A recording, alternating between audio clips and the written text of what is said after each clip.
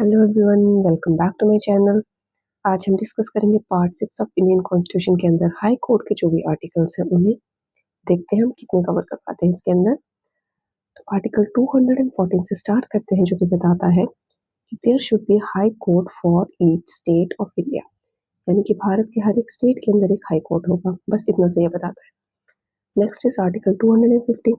ये बताता है high court to be court of record, यानी कि हाई कोर्ट जो होगा हर एक स्टेट का वो कोर्ट ऑफ रिकॉर्ड होगा। जो भी केसेस हाई कोर्ट के अंदर आएंगे उनका वो एक लिखित रिकॉर्ड रखेगा, ताकि इन फ्यूचर अगर ज्यूरिस्डिक्शन की जरूरत पड़े, सपोज किसी पर्टिकुलर जज की जो ज्यूरिस्डिक्शन थी या फिर उन्होंने फैसला सुनाया था वो इन फ्यूचर चाहिए किसी अदर सिमिलर केस के लिए, तो उस टाइम पे कोर्ट ऑफ रिकॉर्ड में से उस रिकॉर्ड को निकाल के यूज किया जा सके। Next is article 216। ये बताता है कॉन्स्टिट्यूशन ऑफ हाई कोर्ट के बारे में। चीफ जस्टिस ऑफ इंडिया जो है प्लस अदर जजेस रहेंगे हाई कोर्ट के अंदर, मतलब कि हर एक हाई कोर्ट का एक चीफ जस्टिस होगा, इसके अलावा अदर जजेस होंगे जिन्हें अपॉइंट किया जाता है। आप बताएंगे मुझे कमेंट सेक्शन में हाई कोर्ट के जजेस को कौन अपॉइंट करता है, गवर्नर या फिर president of India. Next is article 217। ये बताता है appointment and conditions of office of जज ऑफ हाई कोर्ट। तो फर्स्ट है अपॉइंटमेंट या फिर रिमूवल किस तरीके से होगा। अपॉइंटमेंट होगी हाई कोर्ट जजेस की bye the president of India. अब कितनी ड्यूरेशन के लिए वो वर्क करेंगे, that will depend on the president, यानी कि on the pleasure of president वो वर्कआउट करेंगे। रिमूवल जो है उनका प्रेसिडेंट ऑफ इंडिया कर सकते हैं कभी भी, क्योंकि they will work as per the pleasure of president, right. Qualifications रहेंगी, कोई भी ऐसा पर्सन जिसने 10 साल तक जुडिशियल ऑफिस में काम किया हो स्टेट के, या फिर at least 10 years as a advocate in high court work किया हो। नेक्स्ट इज एज क्वेरी, मतलब कि एज से रिलेटेड अगर कोई भी क्वेरी या फिर क्वेश्चन अराइज होता है तो उसे सेट किया जाएगा by the president of India, but with the consultation to chief justice of India. बहुत इंपॉर्टेंट है थर्ड वाला पॉइंट। Next is article 218। ये बताता है application of certain provisions relating to supreme court to high court as per the provisions of article 124 clause 4 and 5। जो भी cases होंगे उनके दौरान जो है प्रोविजंस रहेंगे जिसमें सुप्रीम हाई कोर्ट जो है,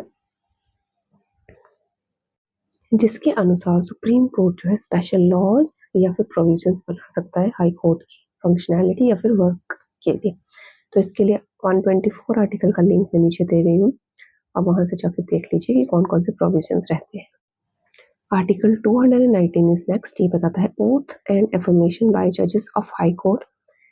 तो जो जजेस ऑफ हाई कोर्ट होंगे वो शपथ ग्रहण करेंगे इन फ्रंट ऑफ गवर्नर या फिर कोई भी अपॉइंटेड ऑफिसर जिसको गवर्नर ने अपॉइंट किया है अपनी एब्सेंस में, और एक ओथ ग्रहण करेंगे वो as per the form which is defined in the schedule 3 of Indian constitution.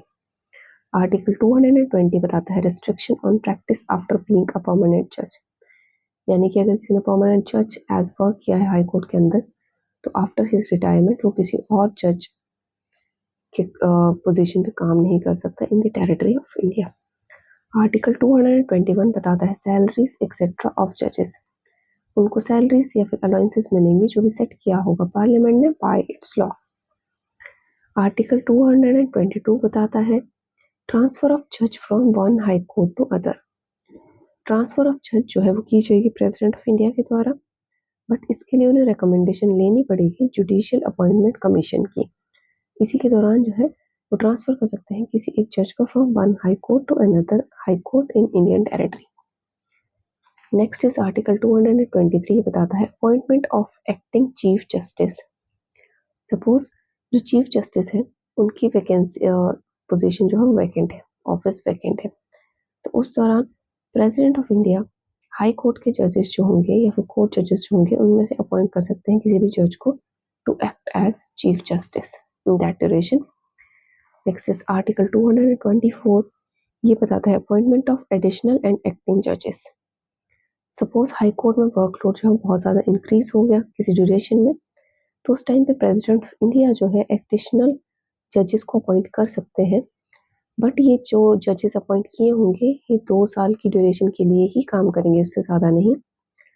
Second is chief justice अगर एब्सेंट है अपनी पोजीशन से तो उस दौरान जो है कोर्ट के जज को प्रेसिडेंट जो है वो अपॉइंट करेंगे to act as chief justice, जो कि हमने आर्टिकल 223 में भी पढ़ा। Third is age limit. जो भी पर्सन या फिर जज जो है जिसे अपॉइंट किया जा रहा है सीजी की जगह पे, उसकी एज जो है मैक्स 62 ईयर्स होनी चाहिए, इससे ज़्यादा नहीं। Last article, second last article for the day is article 225। ये बताता है jurisdiction of existing high court के बारे में। तो हाई कोर्ट जो है वो अपने लिए रूल्स जो है खुद बनाएगा, किस तरीके से वो काम करेगा, बट किस सिनेरियो में अगर वो अपने बनाए हुए रूल्स को भंग करता है तो वो सजा का पात्र भी रहेगा इसके लिए। Next is article 226, power of high court to issue writs. Writs हमारे पास 5 तरीके के होते हैं। तो स्टेट लेवल पे हाई कोर्ट के पास जो है पावर रहती है कि वो इशू कर सकते हैं रिट्स को इन एनी सिनेरियो। इनकी डिटेल्ड वीडियो मैंने यूनियन के आर्टिकल्स में दे रखी है, जिसमें सुप्रीम कोर्ट जो है इशू करता है रिट्स। आप वहां से जाकर देखिए, मैंने हर एक रिट के बारे में भी बताया है। इसके अलावा रिट्स की अलग से एक वीडियो भी मैंने दे रखी है, लिंक मैं आपको नीचे दे रही हूँ यूनियन आर्टिकल्स का, प्लीज गो थ्रू देम। वहां से आप डिटेल्स में समझ सकते हैं कि क्या है। अगर आपको वीडियो ये अच्छी लगी हो तो इसे जरूर से लाइक करें, इसके ऊपर कमेंट करें, चैनल को सब्सक्राइब करें और औरों के साथ जरूर से शेयर करें। Thank you for watching, bye bye.